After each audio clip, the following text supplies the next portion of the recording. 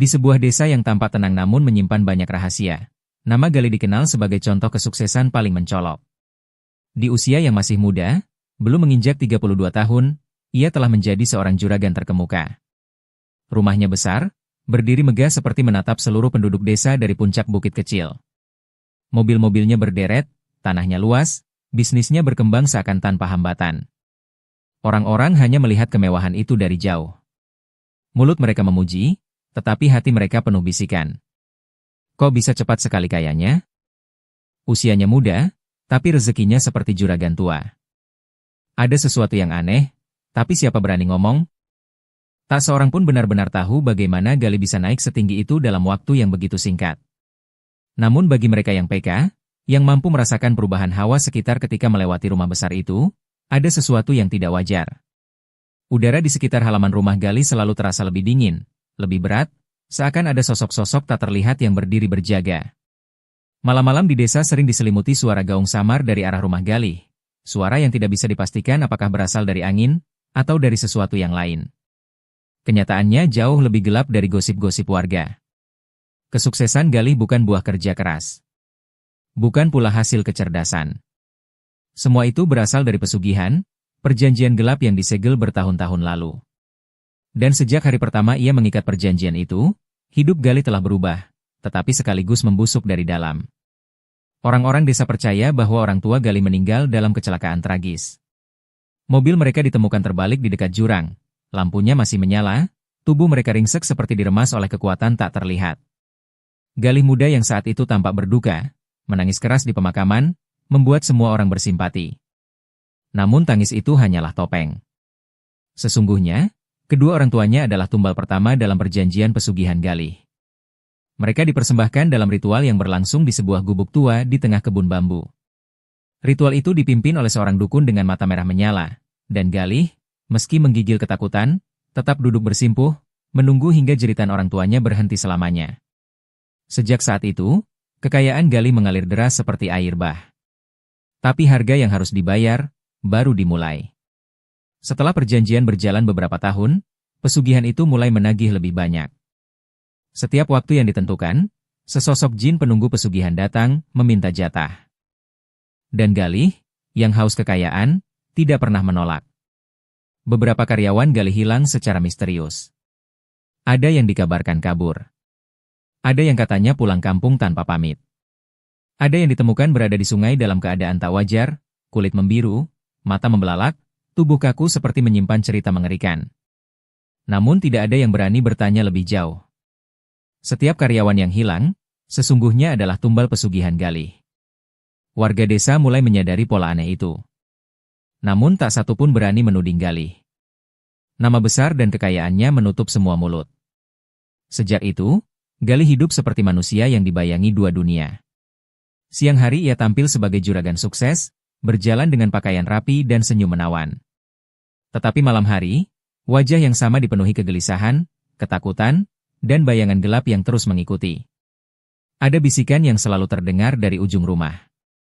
Ada bayangan berdiri di sudut ruangan meski lampu terang. Ada aroma anyir yang sesekali muncul saat tengah malam. Dan semakin besar kekayaan Gali, semakin besar pula harga yang diminta. Pada akhirnya, Gali hanya bisa hidup dengan satu aturan. Jika ingin tetap kaya, kau harus terus memberi tumbal. Dan ketika pesugihan itu menagih tumbal berikutnya, Gali sudah harus menyiapkan siapa yang akan menjadi korban selanjutnya. Seseorang yang masih suci, muda, dan mudah dikendalikan.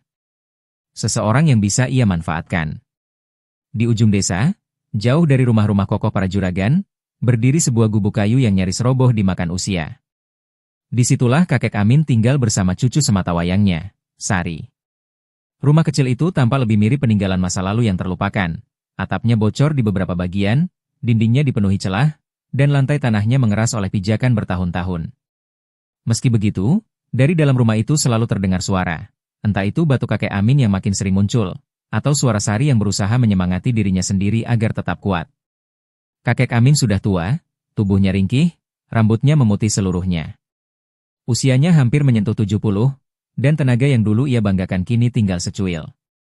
Ia tak bisa lagi bekerja seperti dulu. Dulu ia seorang buruh kayu, ikut panggilan sana-sini untuk menebang bambu atau mengangkut material. Tapi usia dan sakit-sakitan membuatnya berhenti.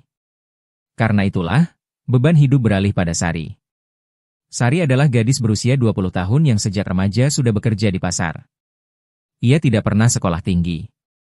Pendidikan terakhirnya hanya sampai SMP karena selepas itu, ia harus membantu ekonomi keluarga. Di pasar, ia menjadi buruh angkut, membawa karung sayur, mengikat tumpukan bawang, menyusun peti ikan, mengangkat kotak buah yang beratnya kadang melebihi tubuhnya sendiri. Tangan Sari penuh kapalan, kulitnya menggelap terbakar matahari, namun ia tak pernah mengeluh. Sari selalu bilang, "Yang penting kakek bisa makan." Meski begitu, gaji buruh angkut tidak pernah cukup. Kadang hanya 30.000 sehari, kadang kurang jika pasar sepi. Ada hari di mana dapur mereka benar-benar kosong, dan mereka hanya minum teh manis untuk menahan lapar. Namun, justru dalam kesederhanaan itu, hubungan mereka begitu hangat. Sari selalu merawat kakeknya dengan penuh cinta, sementara kakek Amin selalu mendoakan cucunya agar kelak menemukan hidup yang lebih baik. Sayangnya, hidup tidak sesederhana doa. Bertahun-tahun lalu, sebelum hidup terasa sesulit ini, keluarga kecil itu pernah menjalani fase bahagia. Orang tua Sari masih ada, bekerja serabutan namun cukup untuk makan dan sekolah seadanya. Hingga suatu hari, tragedi itu datang tanpa peringatan. Orang tua Sari mengalami kecelakaan sepulang dari kota. Mobil bak yang mereka tumpangi diserempet truk, membuat keduanya terpental ke aspal. Mereka selamat, tetapi luka mereka parah. Sari masih ingat saat pertama melihat ayahnya tak sadarkan diri dengan wajah penuh darah, dan ibunya menahan nyeri sambil memanggil nama Sari lirih, seperti memohon maaf karena tidak bisa melindungi anaknya. Mereka dibawa ke rumah sakit dan dirawat hampir sebulan. Dan setiap hari, biaya terus bertambah. Infus, operasi, obat, pemeriksaan, semuanya menumpuk menjadi angka yang membuat kepala pening. Kakek Amin dan Sari menjual semua yang mereka punya, perabot, perhiasan lama, bahkan sepeda satu-satunya. Namun tetap saja tidak cukup. Dalam putus asa, kakek Amin meminjam uang pada satu-satunya orang yang mau memberi tanpa banyak tanya, Galih, yang saat itu sudah mulai dikenal sebagai juragan muda. Kakek Amin tidak tahu bahwa dirinya sedang membuka pintu menuju rantai masalah panjang. Saat akhirnya orang tua Sari meninggal, hutang besar itu masih menjerat. Bahkan bunga-bunga hutang yang terus berjalan membuat jumlahnya semakin menggunung. Setiap malam, kakek Amin hanya bisa duduk di beranda rumah kecil mereka, memandang kegelapan sambil menahan perasaan bersalah. Ia merasa telah membebani Sari. Ia merasa dirinya gagal sebagai penjaga terakhir keluarga. Kini bertahun-tahun berlalu, tapi hutang itu tidak pernah mengecil. Setiap kali Sari membawa pulang sedikit uang, sebagian besar langsung habis untuk kebutuhan sehari-hari. Hampir tak ada yang tersisa untuk membayar hutang. Sementara itu, Galih, laki-laki yang dulu memberi pinjaman, semakin kaya dan semakin berkuasa. Dan di balik senyum ramahnya, ia selalu mencatat setiap keterlambatan dengan sangat sabar. Sabar yang terasa seperti jebakan. Sabar yang tidak pernah benar-benar baik. Kakek Amin tahu bahwa waktu untuk ditagih akan tiba. Dan ketika hari itu datang, ia tidak yakin lagi apakah nasib yang buruk hanya akan menimpa dirinya, atau juga Sari, satu-satunya keluarga yang tersisa. Di rumah kecil itu, mereka berdua hanya bisa menjalani hidup seadanya, tanpa tahu bahwa badai besar sudah berjalan mendekat. Siang itu, udara desa terasa lebih panas dari biasanya. Matahari seperti menancapkan jarum-jarum kecil ke kulit, membuat siapapun enggan keluar rumah. Kakek Amin baru saja selesai menyapu halaman kecil di depan gubuknya ketika suara deru mesin mobil terdengar mendekat. Suara itu asing, keras, dan tidak sesuai dengan suasana desa yang tenang. Mobil hitam mengilap berhenti persis di depan rumah reot itu. Kakek Amin mematung. Jantungnya langsung berdegup cepat. Mobil itu hanya dimiliki satu orang di desa tersebut. Orang yang selama ini ingin ia hindari sebisa mungkin. Pintu mobil terbuka. Dari dalam, Galih turun dengan kemeja mahal, rambut tersisir rapi, dan wajah penuh aura kekuasaan. Namun kali ini, ada sesuatu yang berbeda. Sorot matanya bukan lagi senyum manis juragan muda yang disegani, melainkan amarah yang ditahan, seperti bara yang menunggu pecah. Kakek Amin langsung menunduk dalam-dalam. "Assalamualaikum, Nak Galih." Galih tidak menjawab salam. Ia hanya berjalan mendekat, sepatunya menginjak tanah becek tanpa peduli. Tatapannya menusuk kakek Amin seperti pisau. Kek, suara Galih rendah, namun tegas. Sudah berapa lama hutangmu tidak kau bayar? Kakek Amin menelan ludah. Tangan tuanya gemetar memegang gagang sapu. Nak, saya belum ada uang. Sari baru dapat bayaran sebagian. Kami sedang... Cukup. Bentakan itu membuat kakek Amin tersentak mundur. Wajah Galih berubah merah, urat di lehernya menegang. Bertahun-tahun aku sabar, kata Galih, suaranya bergetar oleh amarah yang ia tahan. Bertahun-tahun, Kek. Tapi kau tidak pernah sanggup membayar bahkan setengahnya. Kakek Amin menunduk lebih dalam, seakan ingin mengecilkan tubuhnya agar tidak menjadi sasaran ledakan emosi Galih. Maafkan saya, Nak Galih, saya hanya... Maaf tidak cukup. Hutang itu tetap hutang. Suasana mendadak hening. Hanya suara angin yang mengaduk daun-daun bambu di belakang rumah. Dari dalam rumah, terdengar suara langkah pelan.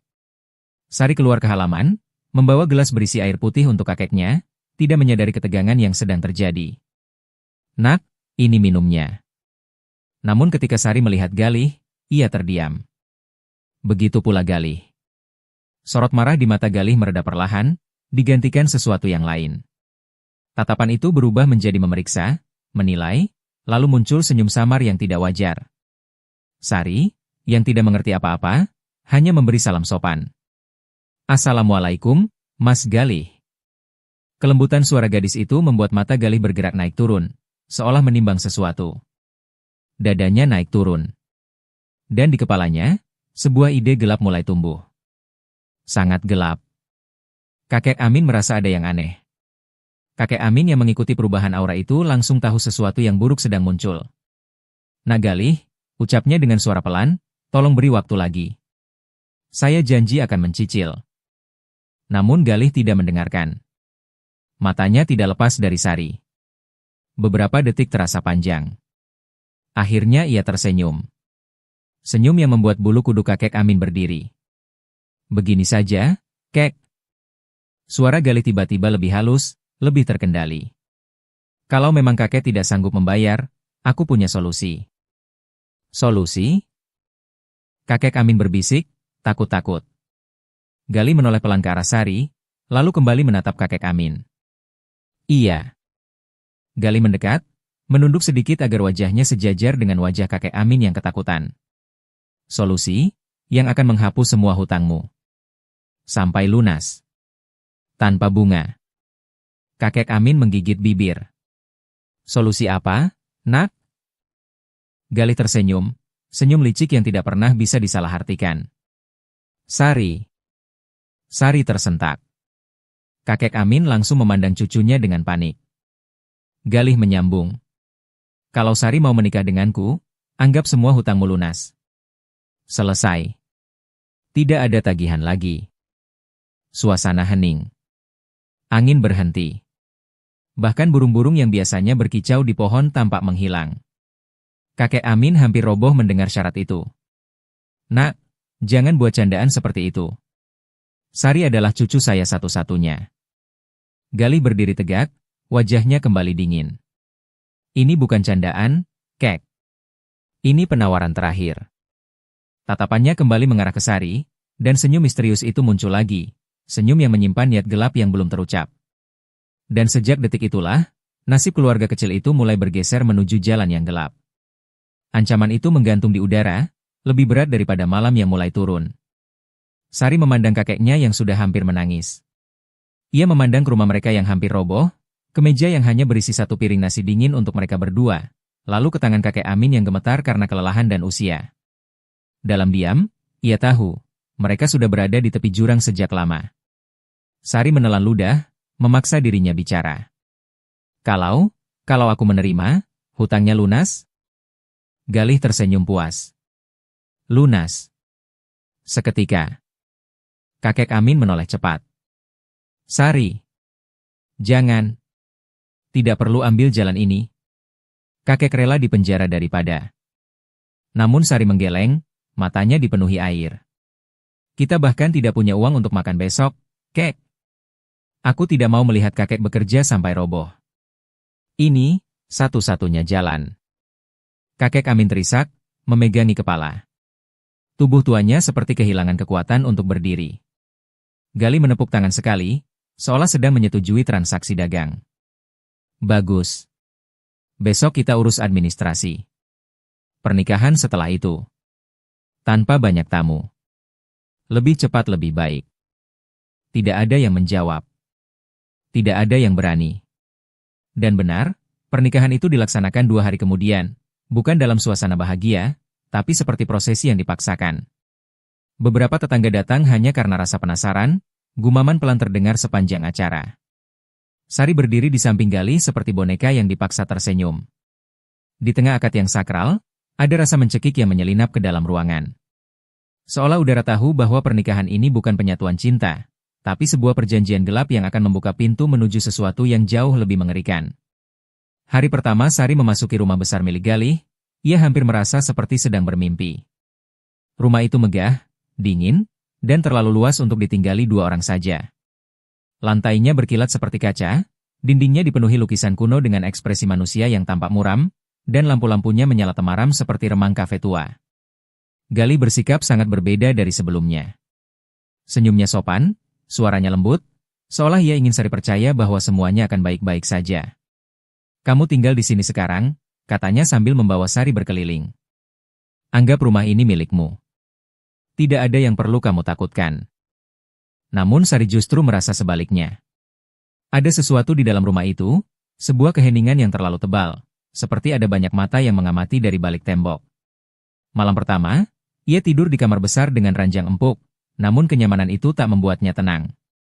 Saat lampu dimatikan, udara kamar tiba-tiba berubah dingin, jauh lebih dingin dari seharusnya.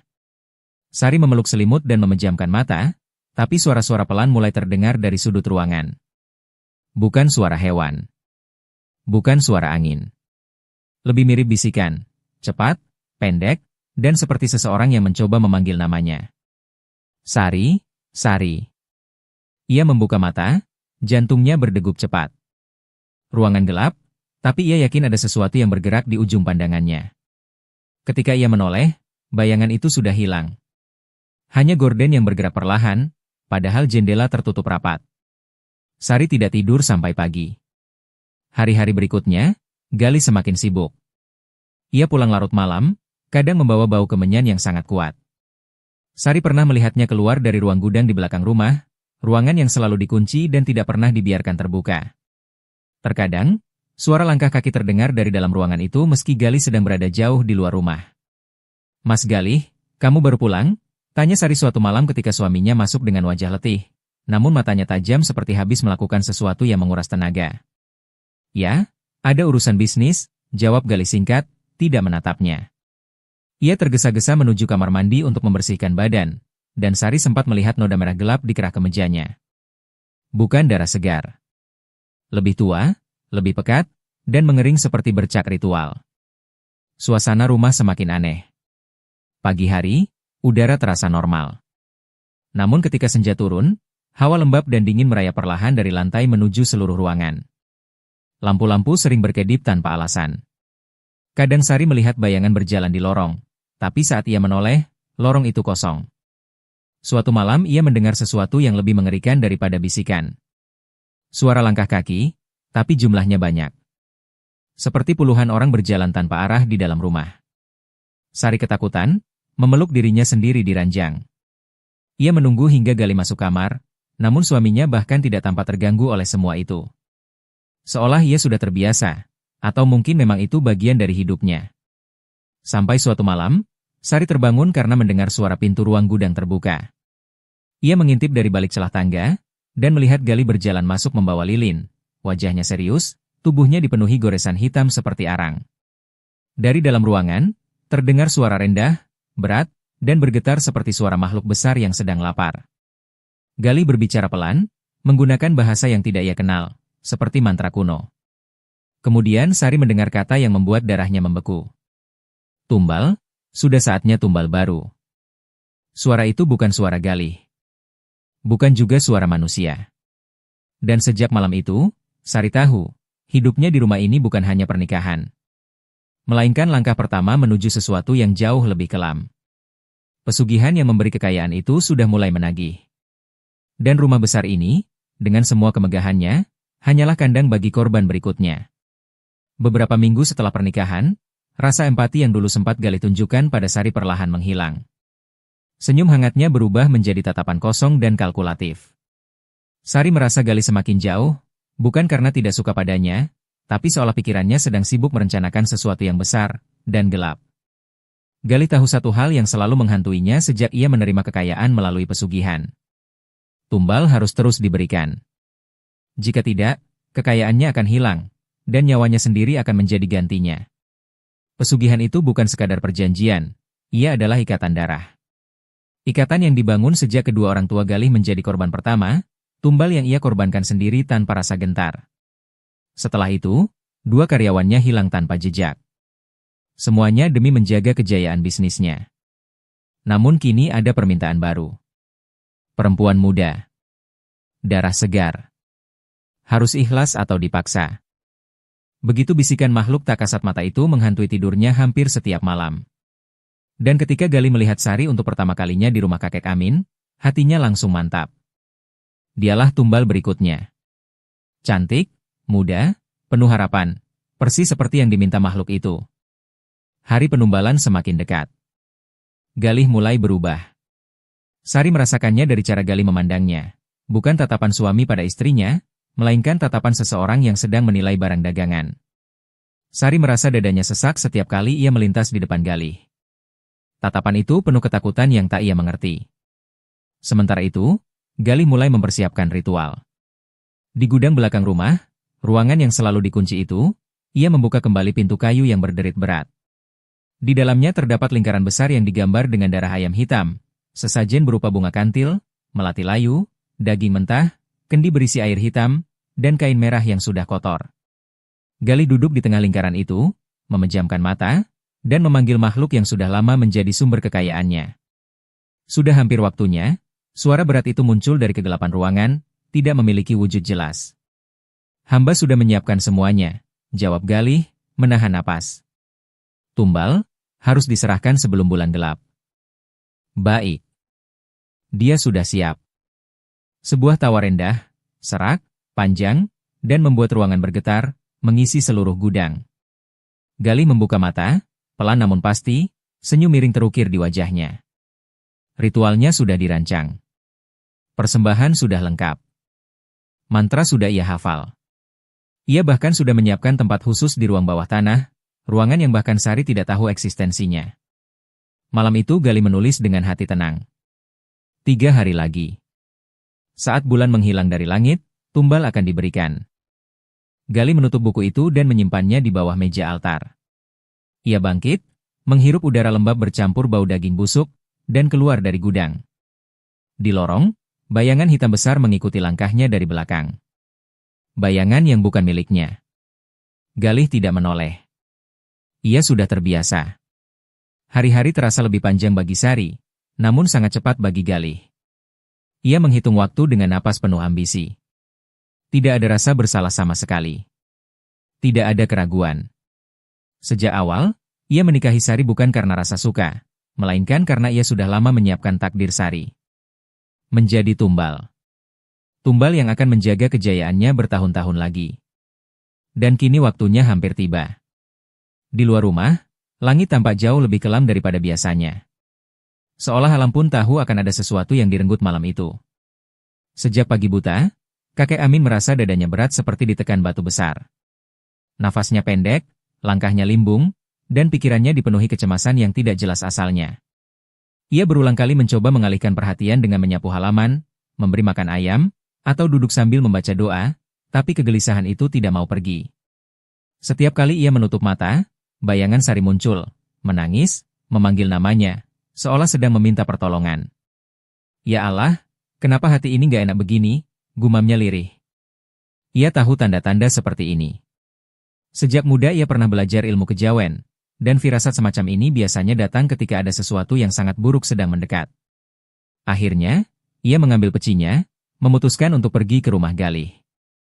Hujan gerimis mulai turun, membuat jalanan berbau tanah basah. Perjalanan menuju rumah itu terasa lebih jauh dari biasanya, seperti setiap langkah menuntunnya pada sesuatu yang gelap. Ketika sampai di depan pagar rumah Galih, kakek Amin terdiam. Rumah itu terlihat berbeda. Lebih muram, lebih dingin, dan seakan sedang menyembunyikan sesuatu di balik dindingnya. Meski sore masih terang, halaman rumah terasa seperti diliputi bayangan. Sari membuka pintu dengan ekspresi terkejut. "Kek, kok tiba-tiba datang?" Mata kakek Amin menelusuri wajah cucunya. Ada lingkar hitam di bawah mata Sari, kulitnya pucat, dan senyumnya dipaksakan. Ketika mereka duduk di ruang tamu, Sari menggenggam tangannya erat, seolah takut dilepas. "Sari, tiba-tiba kakek kepikiran kamu," enduk, kata kakek Amin lirih. "Ada apa? Kok perasaan kakek dari tadi nggak enak?" Sari menunduk, mengusap kedua tangannya yang gemetar. "Sari juga ngerasa aneh, Kek. Rumah ini nggak enak." Sari sering dengar suara-suara. Sering lihat bayangan. Bahkan, Sari mimpi buruk terus setiap malam. Kakek Amin menatap cucunya dengan hati mencelos. Ia mencoba tersenyum, tapi tidak berhasil. "Galih di mana?" "Keluar. Katanya ada urusan bisnis." Kakek Amin memejamkan mata sebentar, merasakan hawa sekitar. Ada tekanan halus di udara, semacam energi gelap yang mengintip dari sudut-sudut rumah.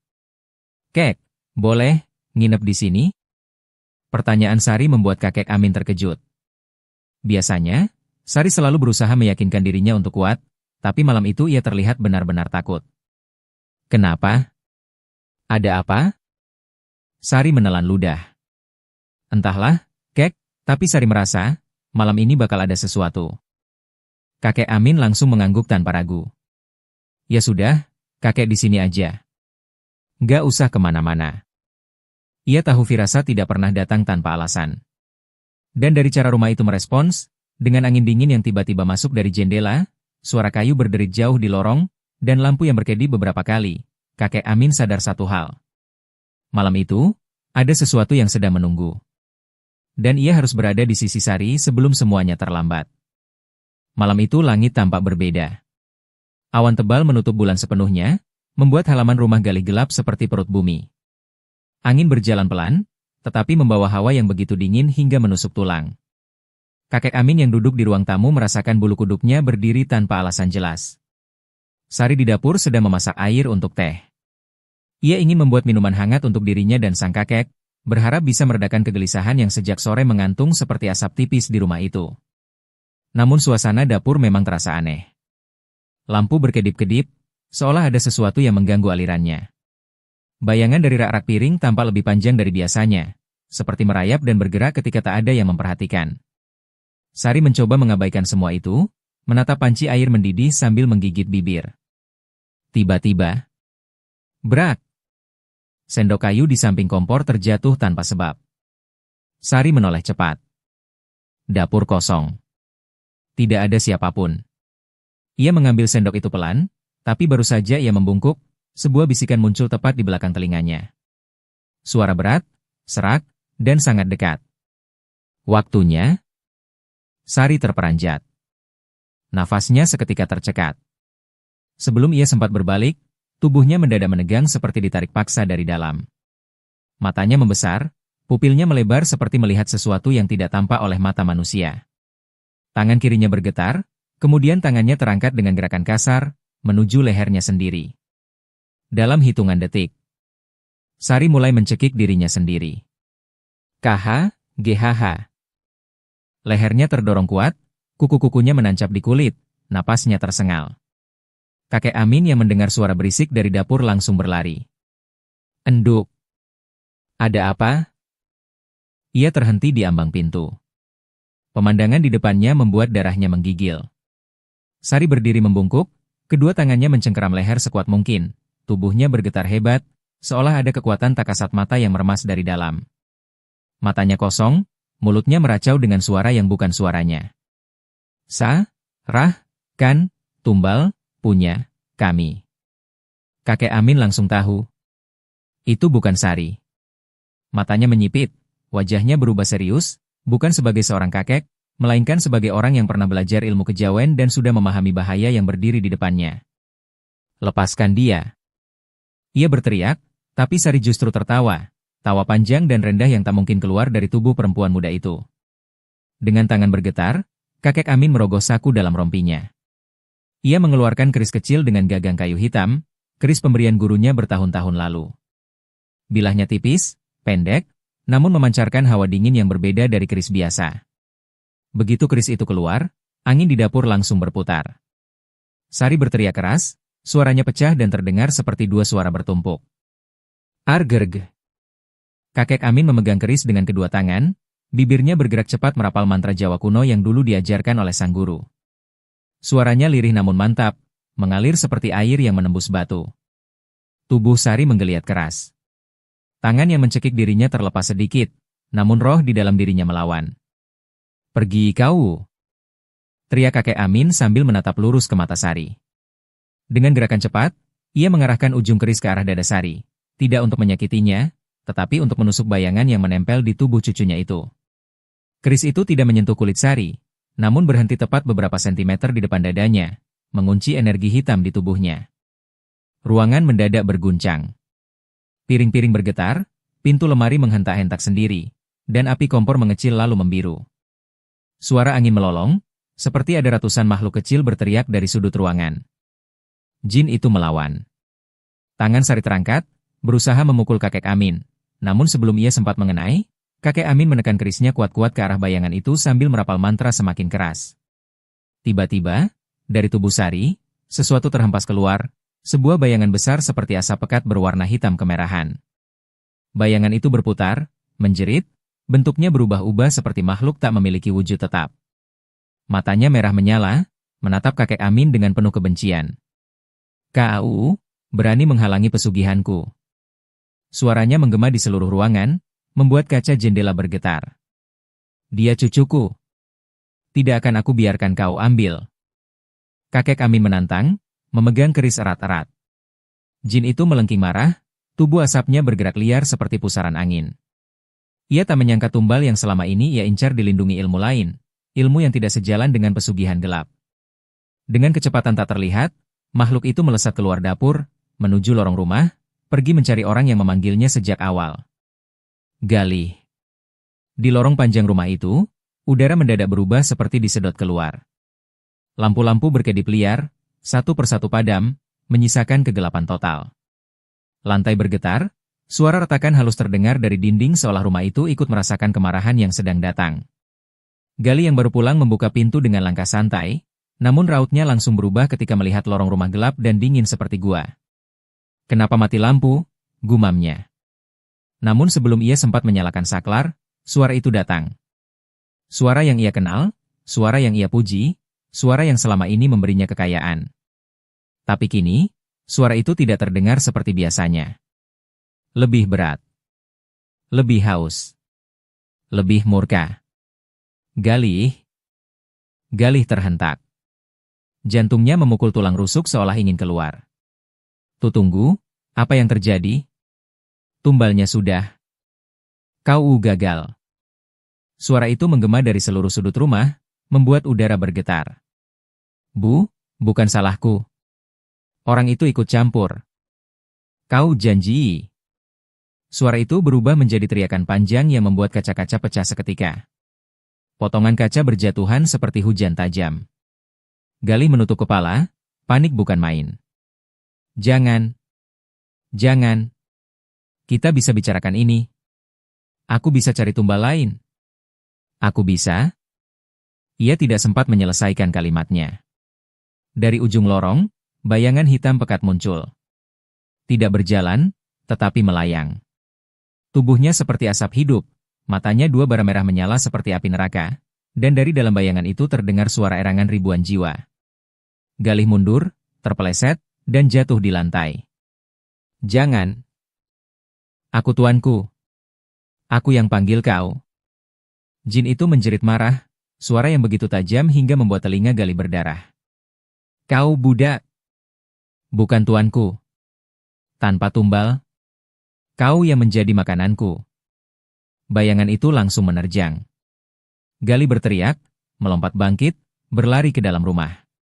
Ia menabrak meja, menjatuhkan vas, Bahkan Meronta memegang tembok seolah tembok bisa menyelamatkannya. Namun jin itu muncul di depannya, hanya dalam sekejap. Seolah waktu berhenti. Dua tangan hitam panjang dari tubuh makhluk itu menjulur keluar, mencengkram bahu Galih dengan kuku-kuku seperti pisau. Arh! Kuku itu menembus kulit, otot, hingga terdengar suara tulang retak. Darah menyembur ke lantai. Galih meronta, matanya melebar penuh ngeri. Aku kasih banyak tumbal. Aku kasih darah. Jangan. Jangan. Jin itu hanya tertawa. Tawa rendah yang membuat lampu pecah satu persatu. Lalu makhluk itu menarik tubuh Galih ke dekat wajahnya. Wajah tanpa bentuk, hanya asap dan mata merah, kemudian suara bisikan keluar. Kau pikir pesugihan tak butuh kejujuran? Semua tumbal tak pernah cukup, sampai kau sendiri menjadi bagian dari kami. Dalam sekejap, jin itu merobek dada Galih seperti kertas. Jeritan Galih menggema memecah malam. Pintu-pintu berdebar, tirai bergoyang oleh hembusan angin dingin. Seluruh rumah bergetar seperti hidup dan menikmati pemandangan itu. Galih terjatuh ke lantai, tubuhnya berkedut, darah mengalir dari bibir, mata terbuka tanpa nyawa. Jeritan terakhirnya panjang, penuh rasa sakit, sebelum akhirnya meredam menjadi keheningan yang mencekam. Rumah itu kembali sunyi. Namun keheningannya bukan damai, melainkan keheningan setelah sebuah perjanjian berakhir dengan balasan. Dan malam itu, rumah besar Galih menjadi saksi bahwa pesugihan tidak pernah benar-benar memberi hadiah. Ia hanya menunggu, menagih, dan menelan. Fajar baru saja terbit ketika kakek Amin dan Sari keluar dari gerbang rumah besar itu. Udara pagi terasa berbeda, lebih ringan, seperti beban besar yang selama ini mengikat dada mereka akhirnya terangkat. Di punggung mereka hanya ada satu tas kecil berisi pakaian dan beberapa barang pribadi. Selebihnya mereka tinggalkan, seolah ingin menutup seluruh masa kelam yang pernah terjadi. Kakek Amin menoleh sekali lagi ke arah rumah Galih. Bangunan mewah itu tidak lagi tampak megah. Pintu yang semalam dihantam amukan makhluk pesugihan kini menggantung miring. Tirai jendela robek seperti dicakar sesuatu, dan halaman yang biasanya bersih penuh dengan dedaunan yang berputar tak karuan. Suasana rumah itu benar-benar terasa mati. Sunyi. Beku. Seakan seluruh isinya telah dihisap oleh sesuatu yang tak kasat mata. Sari menggenggam tangan kakeknya. Kek, kita benar-benar pergi? Kakek Amin mengangguk pelan. Tak ada lagi yang bisa kita lakukan di tempat ini, nak. Kita sudah menyelesaikan semuanya. Sudah saatnya kembali ke hidup yang lebih tenang. Sari mengangguk, meski matanya masih memerah akibat kejadian semalam. Tubuhnya masih lemah, terutama setelah dirasuki makhluk itu. Setiap memejamkan mata ia masih bisa merasakan dingin yang menusuk tulang, tekanan di tenggorokan, dan suara geraman makhluk yang ingin menjadikannya tumbal. Tapi kini, setiap kali ia melihat kakek Amin berjalan di sampingnya, ia sadar, ia selamat bukan karena keberuntungan, tetapi karena sang kakek sudah lebih siap daripada yang ia kira. Perjalanan pulang terasa panjang, namun menenangkan. Setibanya di rumah mereka yang kecil dan reot, Sari duduk di lantai bambu sambil memeluk lututnya. Rumah itu sangat sederhana, tapi terasa jauh lebih hangat dan aman daripada istana Galih yang penuh kegelapan. Kakek Amin menghela napas panjang, lalu duduk di depannya. Untuk pertama kalinya, ia menceritakan sesuatu yang selama ini ia simpan rapat-rapat. Sari, ada hal yang harus kamu ketahui, ujarnya lirih. Sari menatapnya penuh perhatian. Waktu muda dulu, kakek pernah belajar ilmu kejawen. Bukan untuk kekayaan, bukan untuk kekuatan, tapi untuk menjaga diri setelah keluarga kita terkena musibah berturut-turut. Guru kakek memberi sebuah keris kecil untuk perlindungan, tapi ia berpesan agar tidak dipakai sembarangan. Sari terdiam. Ia mengingat bagaimana keris kecil itu menyala samar saat digunakan untuk mengusir jin. Lalu, kenapa kakek tak pernah cerita? Kakek Amin tersenyum tipis. Karena kakek berharap tak akan pernah perlu menggunakannya lagi. Tapi hidup kadang membawa kita ke tempat yang tak kita inginkan. Dan semalam, kakek tak punya pilihan. Sari menunduk. Air mata jatuh pelan di pipinya. Kalau bukan karena kakek, aku pasti sudah mati. Tidak, nak, jawab kakek Amin sambil mengusap kepala cucunya. Kamu selamat karena kamu punya hati yang bersih. Makhluk sekuat apapun tak akan bisa mengambil jiwa seseorang yang ridho berkorban demi keluarganya. Hari-hari berikutnya, kehidupan mereka kembali seperti semula, sederhana, tenang, tanpa tekanan hutang, dan tanpa bayang-bayang Galih. Beberapa tetangga datang membantu setelah mendengar kabar bahwa Galih telah ditemukan mati dalam kondisi mengerikan. Polisi sempat menanyakan mereka, tetapi karena tidak ada bukti keterlibatan mereka, kasus itu dianggap sebagai kecelakaan aneh, atau, seperti bisik-bisik warga, balasan pesugihan. Rumah Galih kemudian ditinggalkan begitu saja. Sejak kematian tragis itu, tak ada satupun yang berani masuk. Para penjaga yang dikirim untuk mengurus rumah kabur tengah malam karena mendengar suara jeritan dari dalam. Lampu sering menyala sendiri. Jendela terbanting tanpa angin. Dan beberapa orang mengaku melihat sosok tinggi hitam berdiri di balkon pada tengah malam. Rumah itu menjadi legenda baru di kampung. Rumah yang menelan juragan tamak, rumah yang tak pernah bisa benar-benar tenang karena masih menyimpan sisa dendam dari dunia lain. Namun Sari dan kakek Amin tak pernah lagi menoleh ke masa itu. Mereka memilih menanam sayur, mengambil pekerjaan kecil di pasar, dan menjalani hidup dengan hati yang lebih damai. Di antara kesederhanaan itu, tersimpan satu pesan yang terus hidup. Keserakahan akan selalu membawa kehancuran. Dan kebenaran, cepat atau lambat, akan menemukan jalannya.